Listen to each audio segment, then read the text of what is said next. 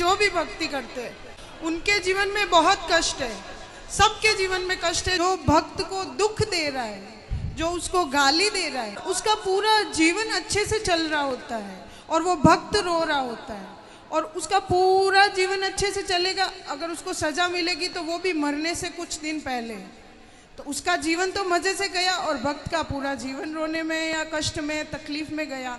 तो फिर उसका भक्ति न करना या करना, उसमें क्या उसमें अंतर हो गया। फिर आप सभी चैनल को सब्सक्राइब कर लीजिएगा। जो भी यूट्यूब पर देख रहे हैं चैनल को सब्सक्राइब कर लीजिए और शेयर कीजिएगा। तो राधे राधे दोस्तों, स्वागत है आपका हमारे YouTube channel reaction by Usha में। तो बात करेंगे हम आज ऐसी लड़की की जो कि पंडाल में आती है और कहती है, गुरुजी हम लोग जो भगवान की भक्ति करते हैं, हमेशा भगवान को दिल से याद करते हैं, तो वो लोग तो दुख में ही जीवन काटते हैं, उनका पूरा जीवन ही दुख में जाता है। लेकिन जो लोग मनुष्य को परेशान करते हैं, आसपास के लोगों को दुख देते हैं और बहुत अच्छे से दूसरों को तकलीफों पे तकलीफें दिए जाते हैं, उनका जीवन बहुत अच्छे से व्यतीत होता है। इस विषय में देखो गुरुजी उस लड़की को क्या समझाते हैं। राधे राधे गुरुजी। हाँ, मेरा एक प्रश्न है, मैं बचपन से देखती आ रही हूँ, जो लोग नियम धर्म कर्म से मन से बहुत भक्ति करते हैं उनके जीवन में बहुत कष्ट है, सबके जीवन में कष्ट है जो भी भक्ति करते हैं।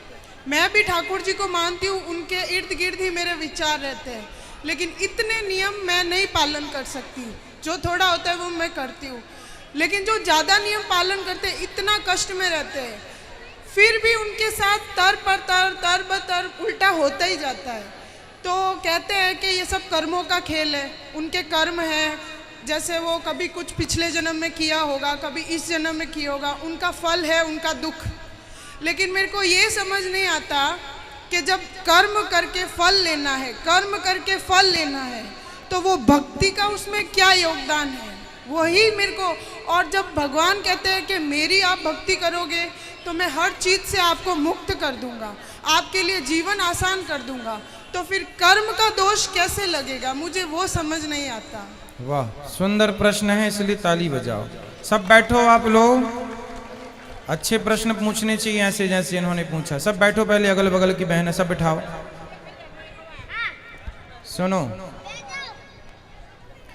इन्होंने पूछा है कि जब कर्म का ही फल भोगना है तो फिर भक्ति करने की क्या जरूरत है।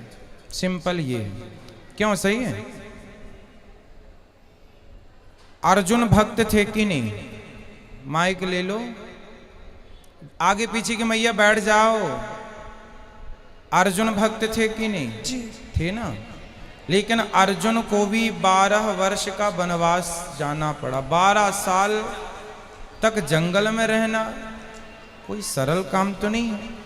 1 साल अज्ञातवास जंगल में रहना, किसी के दास दासी बन के रहना सरल काम तो नहीं है। जबकि अर्जुन जैसा भक्त कौन होगा? फिर भी उन्हें कष्ट उठाना पड़ा। भगवान राम तो स्वयं भगवान थे, 14 साल का कष्ट। माता सीता तो साक्षात लक्ष्मी थी, फिर भी दर दर की ठोकर जंगल में लकड़ियां काट काट के बच्चों का लवकुश का लालन पालन किया। इसी प्रकार अब आप कहते हैं कि जब हम भक्ति करें तो फिर कर्म ही का फल भोगना है, तो भक्ति का अर्थ क्या? बात ऐसी है बेटा कि कर्म तो अपनी जगह है, कर्म तो हमें भोगनी है, हमें भी भोगना है, आपको भी भोगना है। भक्ति सिर्फ इसलिए की जाती है, इसलिए नहीं की जाती कि भगवान हमें पैसे वाला बना दें, भगवान हमें धन धान्य से भर दें, घर में सब कुछ हो। भक्ति का मतलब पैसा पाना नहीं, भगवान से बेटा बेटी मांगना नहीं। अरे भगवान की भक्ति आपको जो देगी, कोई कर्म में इतनी ताकत नहीं है कि आपको वो दे सके। अब उदाहरण से समझो, विभीषण को लंका का राजा बना दिया, क्या विभीषण का कोई ऐसा कर्म उसे राजा बना सकता था? नहीं। कर्म अच्छे करता था फिर भी लातें खाता था, रावण लात मार के निकालता था, उसके कर्म का भी उसे दंड मिला। पर भगवान की भक्ति जो की, उस भक्ति का भी फल, कर्मों का फल यदि मिलता है तो भक्ति का फल भी मिलता है, थोड़ा सा देर है। विभीषण को भक्ति का फल मिला। उस कोई व्यक्ति ऐसा कितना कर्म करता कि वो लंका का राजा। भगवान कर्मों के फल को नहीं देखते कि तुमने भक्ति हमारी कितनी की। जब भक्त शरण में चला जाता है तो भगवान भूल जाते हैं कि कितना बड़ा पापी और पतित है, उठा करके राज सिंहासन पर बिठा देते हैं। दूसरा सुग्रीव, सुग्रीव भी लातें खाता था भाई की, दर दर की ठोकर खाता था, उठा के बिठा दिया। तो भगवान बेटा, भगवान जो दे सकते हैं कोई नहीं, इसलिए गलती हम लोगों की है कि हम उम्मीद क्या करते हैं, हे भगवान हम तुम्हारे इतने बड़े भक्त हैं, तुमने हमें बेटा भी नहीं दिया। हे भगवान हम तुम्हारे इतने बड़े भक्त हैं, रहने को घर भी नहीं दिया। हे भगवान तुम्हारे हम इतने बड़े भक्त हैं, हमारा पति नहीं सुनता, बेटा नहीं सुनता।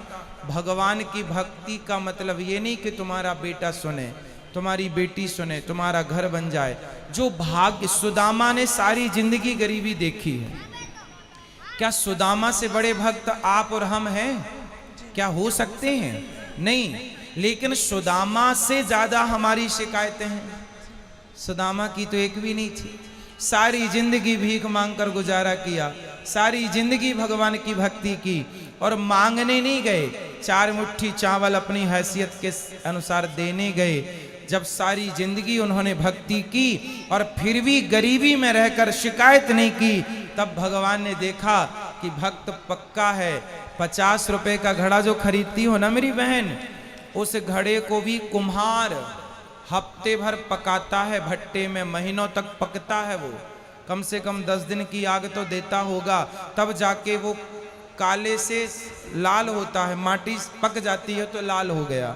अरे घड़े को भी पकने के लिए आग में उसे डालना पड़ता है। तो भगवान जब अपने भक्त को पकाएंगे तो थोड़ा तो दुखों की आग में तपाएंगे कि देखें कितना कच्चा कितना पक्का। इसलिए हर हाल में गोविंद का स्मरण करो और ये मत कहो कि हमें भगवान से कुछ चाहिए। लोग कहते हैं कि भगवान के भक्तों को दुख मिलता है। अरे जो भगवान का सच्चा भक्त हो जाएगा उसे पता ही नहीं चलेगा कि दुख क्या चीज है, उसे तो सुख ही मिलेगा। गोपियों को भगवान की याद में रोने में भी सुख था, कैसे कहें हम कि ये दुख था। इसलिए जो हो गया उनका वो दुख तो है ही नहीं। दुख तो वो लोग दुखी हैं जो कोठी बंगलों में रहकर भी जो ईश्वर को भूला पड़ा है, वो सब दुखी हैं। और जो ईश्वर की शरण में है, याद कर रहे हैं, सब सुखी हैं। अब उस सुख को आप दुख मान रहे हैं वो अलग विषय है। इच्छाएं ज्यादा है ना बेटा आपके अंदर, इसलिए वो इच्छाएं आपको दुखी बनाती रहती। इच्छाएं छोड़ के एक बार शरण में चले जाओ, वो कभी ना पाया होगा आपने जो शरण में जाकर के प्राप्त हो जाएगा। एक बार सच्चे होकर जाना। गुरुजी एक प्रश्न और है, जैसे मैं आसपास देखती हूँ, मेरे आसपास जीवन में भी देखती हूँ, जो भक्त है चलो उनका मैं समझ गई कि वो दुख है, क्यों है, भक्ति का क्या महत्व है। लेकिन जो भक्त को दुख दे रहा है, जो उसको गाली दे रहा है, उसको उस चीज़ का एहसास भी नहीं होता। मुझे नहीं समझ आता वो क्या सोचता है, वो ऐसा क्यों करता है। और उसका पूरा जीवन अच्छे से चल रहा होता है और वो भक्त रो रहा होता है, और उसका पूरा जीवन अच्छे से चलेगा। अगर उसको सजा मिलेगी तो वो भी मरने से कुछ दिन पहले, तो उसका जीवन तो मज़े से गया और भक्त का पूरा जीवन रोने में या कष्ट में, तकलीफ में गया। तो फिर उसका भक्ति न करना या करना, उसमें क्या, उसमें अंतर हो गया। फिर वो तो दुख दे के मज़े कर रहा है, अंत में 4 दिन भुगत लिया और फिर चल लिया। वो बेचारा भक्त पूरा टाइम रोता रहता है, गाली खाता रहता है। जो भक्त होता है ना बेटा, आप किसी भक्त को जाकर पत्थर मारिए, आप किसी भक्त को जाकर के लाठी और जूते से मारिए, तो मारने वाले की तरफ भक्त जब देखता है ना, तो वो ईश्वर से प्रार्थना करने लगता है, हे भगवान इसने मुझे जूते मारे हैं, हे भगवान इसने मुझे पत्थर और लाठियां मारी हैं, हे भगवान इसे क्षमा कर देना। क्योंकि भगवान बड़े गुस्से में आ जाते हैं जब कोई भक्त को मारता है। पर वो भक्त, आज की कथा सुनी आपने, द्रौपदी के 5 बेटों को मार डाला था अश्वत्थामा ने, और भगवान ने पूछा कि बता क्या करूं इसके साथ। तो द्रौपदी ने क्या कहा, छोड़ दो छोड़ दो। कोई भक्त यदि बदले की भावना रखे बैठा है तो भक्त हो ही नहीं सकता। भक्त तो ये चाहता है कि इसने गलती की है पर भगवान इस पर क्षमा करना, और भगवान क्षमा करते नहीं है। विभीषण को लात मारा रावण ने, मारा, लात मारा भगवान ने, भगवान को, भक्त को। भगवान ने कहा रावण तुमने मेरी छाती में लात मारे होते ना, मैं तुम्हें माफ कर देता। तुमने भक्त को मारा है इसलिए माफ नहीं, सर्वनाश करूंगा। कर दिया। एक बात बताओ कि जब तक रावण ने विभीषण को लात नहीं मारा तब तक राम जी ने लंका में एक भी बाण छोड़ा हो, एक भी नुकसान किया हो लंका का, तो मुझे बताओ।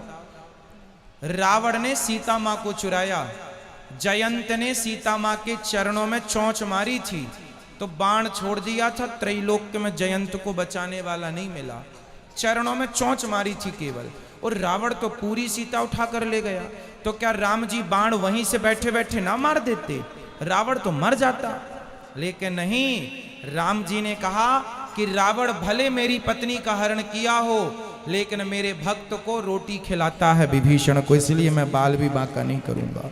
लेकिन जब उस भक्त को लात मारा तो राम जी ने सर्वनाश कर दिया।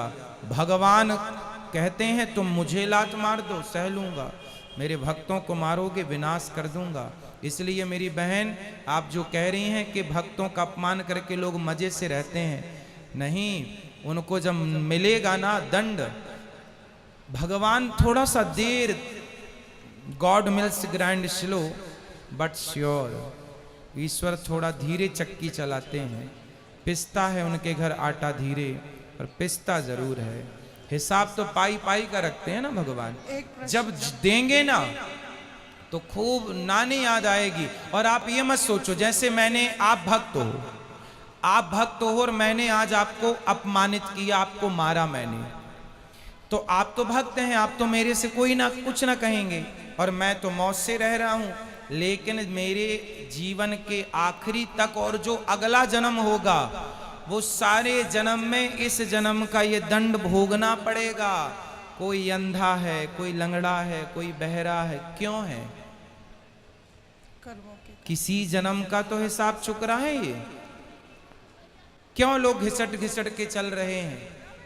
क्यों चप्पल पांव में ना पहन के हाथ में पहनना पड़ रहा है? ये आज का ही कर्म दंड थोड़ी है, ये किसी ना किसी जन्म का कर्म दंड ही तो भोग रहा है। तो ईश्वर के घर देर है, अंधेर एक प्रश्न और लास्ट, जैसे भगवान कर्म की सजा देते हैं, उसको सजा मिल रही है, वो पूरा जीवन सजा ले रहा है, लेकिन उसको ये ज्ञात ही नहीं है कि उसको सजा क्यों मिल रही है और वो गाली दे रहा है, तो उस सजा का क्या फायदा? ज्ञान नहीं हो सकता बेटा, ये तुम्हारे और हमारे हाथ में नहीं है, यही तो ईश्वर के हाथ में है। मिलेगा बस, ये श्योर है, ये कन्फर्म है, बट ये नहीं कन्फर्म है कि आपको किस दंड पाप का। भीष्म पितामह को बाणों की सैया मिली। भीष्म पितामह ने कहा कि मैंने तो कोई पाप नहीं किया, मैंने तो कोई अपराध नहीं किया, मैं तो अपने 20 जन्म पुराना मैं जानता हूँ। भगवान ने कहा 20 जन्म तक तो जानते हो, 20 जन्म के पहले 21वां जन्म देख लेते तो मिल जाता। एक सांप को कांटों के ढेर में फेंक दिया था 21 जन्म पहले, उसका दंड आज मिल रहा है भीष्म पितामह को। तो हमारी और आपकी सोच, हमारी और आपकी बुद्धि से ईश्वर का न्याय परे है। महाराज जी, जैसे मेरे जीवन में है, मेरे साथ कुछ बुरा होगा, कुछ समय के लिए बुरा लगेगा, लेकिन मैं सोचूंगी कि शायद ये मेरे कुछ कर्मों की सजा है, फिर मैं माफ़ी भी मांगूंगी, तो क्या मुझे वो माफ़ी मिलेगी उस भाव के साथ, उस फील के साथ? यदि हमने कोई अपराध किया हो और हम सिर्फ भगवान की शरण में चले जाएं तो भगवान कहते हैं सन्मुख हो ही जीव मोहि जबहि जन्म कोटि अघना सहित वही अघमींस पाप।